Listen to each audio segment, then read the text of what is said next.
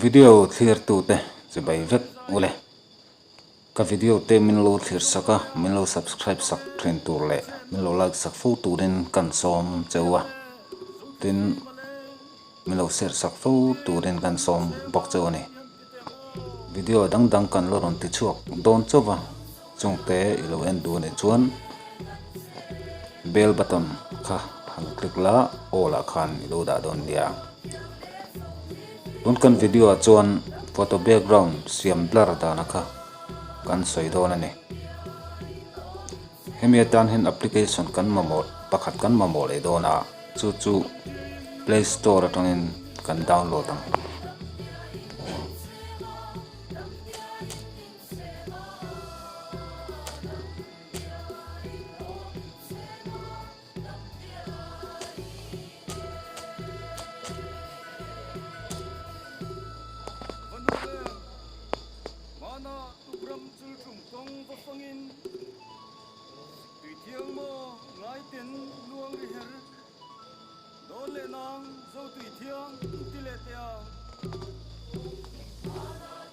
blur photo background auto editor you can download do na ni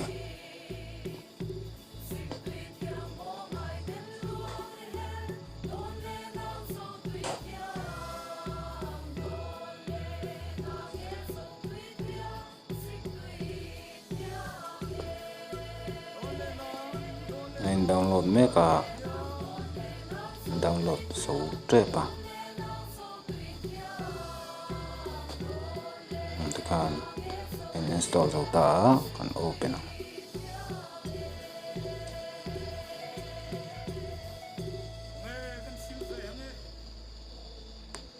thì kan open rồi chứ kan next kan click nga next kan click le nga langa thì chọn next kan claro le nga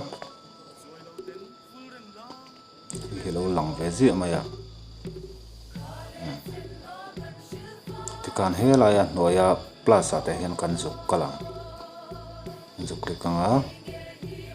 gallery le camera lo am halta tla kan lak hal du chon camera kan lu tanga a om sa kan lo ti du chon gallery hian kan du to ne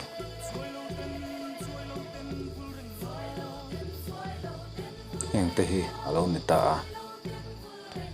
hi kan han da blur chin do ne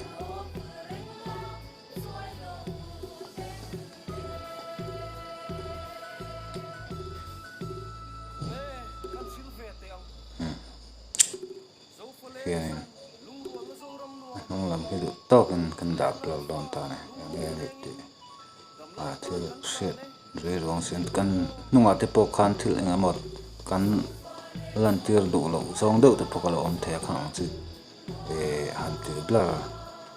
hành tiêu phía lâu đây nàng khăn ở trái em mà này khăn hết lại anh ấy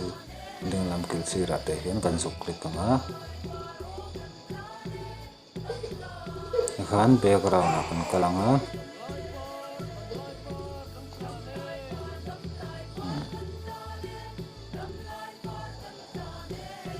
andu chana ma nang pokati yang kan la dei te ne ma kan ti blal mai ba ba kan andu du kata po hian na background akan mang hal thei pok khati zong kha